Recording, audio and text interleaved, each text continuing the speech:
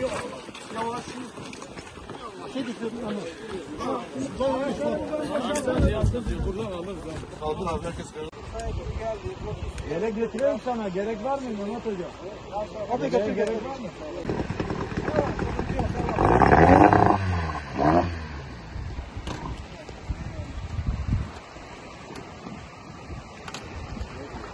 Gideceğiz abi.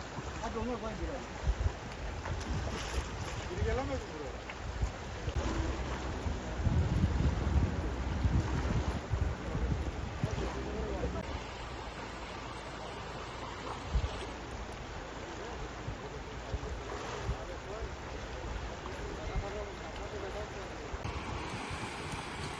Git Mehmet abi git.